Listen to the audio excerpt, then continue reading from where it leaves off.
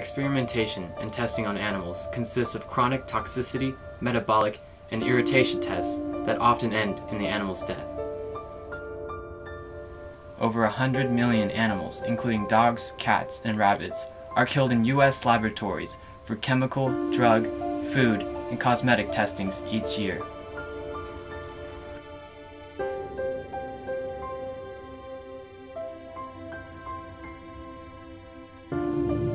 Animal experimentation is a form of cruelty, and it's wrong. Please visit aspca.org to see how you can help in the fight against animal cruelty and experimentation.